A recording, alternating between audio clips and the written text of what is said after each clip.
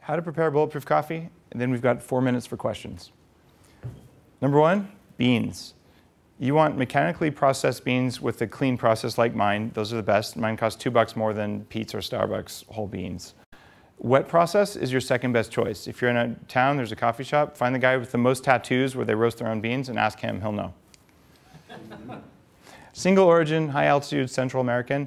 Central American beans have less insect infestation problem and less environmental stress. So Central American beans make less toxins than beans from Southeast Asia or Africa.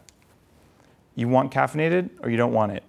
When you brew it, you can use a paper filter, but you get these two important substances sucked out of there. If you use a metal filter, you get very potent brain anti-inflammatories. Not antioxidant, but anti-inflammatory, like aspirin or Tylenol for your brain.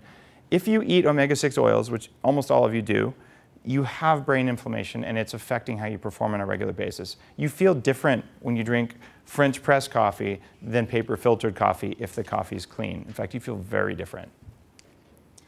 And if you want to make your coffee bulletproof, you take Kerrygold.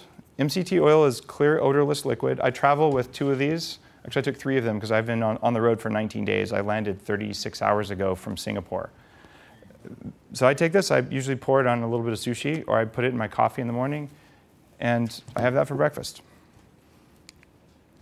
That said, there's a quote here. I hope you can read it with the sliding. It's from Henry Miller. It says, "The goal of life is not to possess power, but to radiate it." And I try to live by those words to say, I'm not out for doing all this stuff for me. I'm doing it because I would like to be a more powerful person, but more powerful over myself. And when I do that right, people around me can tell it, and then I have something to offer. It's the reason that the content on my blog is free. The reason I make the stuff that I do. I sell it at very low margins because it's the best I have. And it's also the stuff that I want to be available for myself. So by sharing it, I make it more available. That said, check me out at bulletproofexec.com. My Twitter handle is @bulletproofexec. I actually answer it on occasion when I'm not in the air. And we have time for a few questions.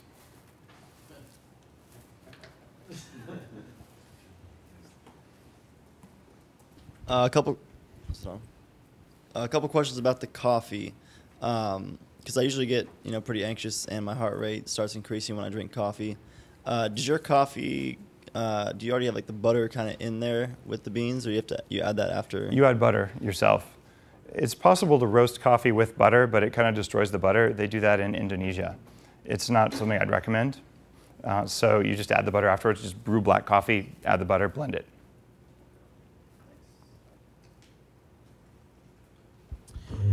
What do you think about the supplement that the 4-Hour Body recommends, Huperzine?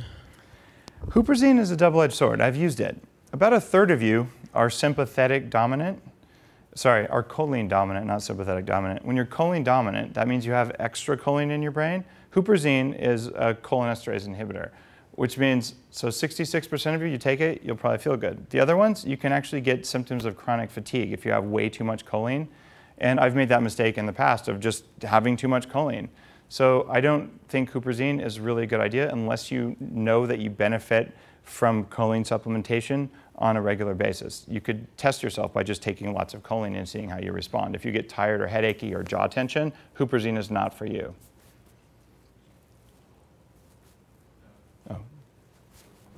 Not really a question, Dave, but I wanted to reiterate about your vitamin D. I think I started taking it about 2007, 2008, and I haven't been sick a day. I got, in fact, not even the seasonal head colds. Twice this year, I felt like I was starting to get one. That weird feeling in the back of your throat. Bam, 20K IU, 2 days, gone. Yep. It's pretty amazing. But get your sun too. Yeah, sun does something called sulfating. When you get sun, you get vitamin D sulfate. The only source of this is either a tanning lamp or sunlight.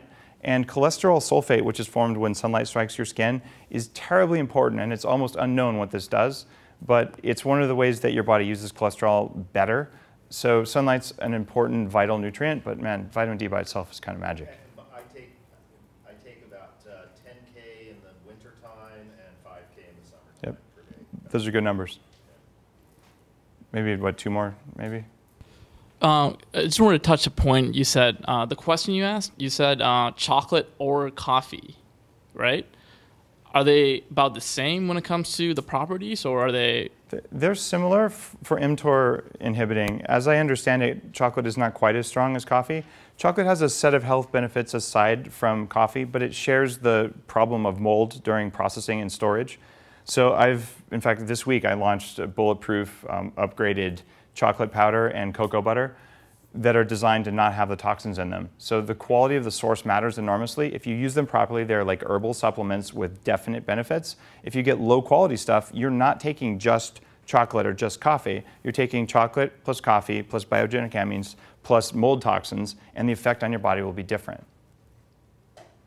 I was just going to ask you because I said chocolate. I thought I was going to win something, but You were so close. I mean, so close. You were so close. If the chocolate had hit the warehouse in time to ship it here, I'd have given you a thing of chocolate for your answer, but I don't have it with me, so. All right, we have another one. Oh, where? I don't know where the mic went. Oh, there it is. I noticed you have protein powder. I guess my question's like two parts. What do you mix with that? Where do you feel? What's your feeling on milk in this bulletproof diet? Milk of any types, standard milk, almond milk, coconut milk, or none of the above.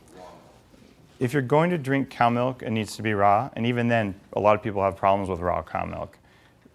What I recommend is get milk without protein. Butter has very little protein in it. If you're really sensitive to milk, you might need to use ghee, which is clarified butter.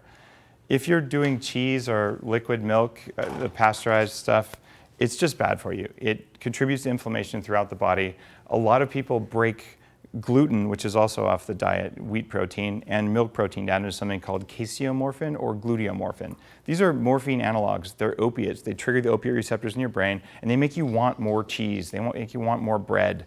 And they're the reason you feel really crappy if you stop eating those things for 2 or 3 days. You're going through the same process, but not quite as big as someone who's been hitting the needle. So I finally, after a long time, I said, I'm not eating quesadillas anymore, even on the once-a-day cheat week. My cheat day per week is not even cheating. It's a starch refeed day, and I have sweet potatoes or white rice because they're the lowest toxin sources of starch. And when I do that, I feel awesome the next day. When I eat crap on my refeed day, like in the 4-hour body, you will feel like crap for up to 4 days. So why would you throw away 4 out of 7 days of the week just to have 1 day of eating pizza and chocolate croissants? It just doesn't work.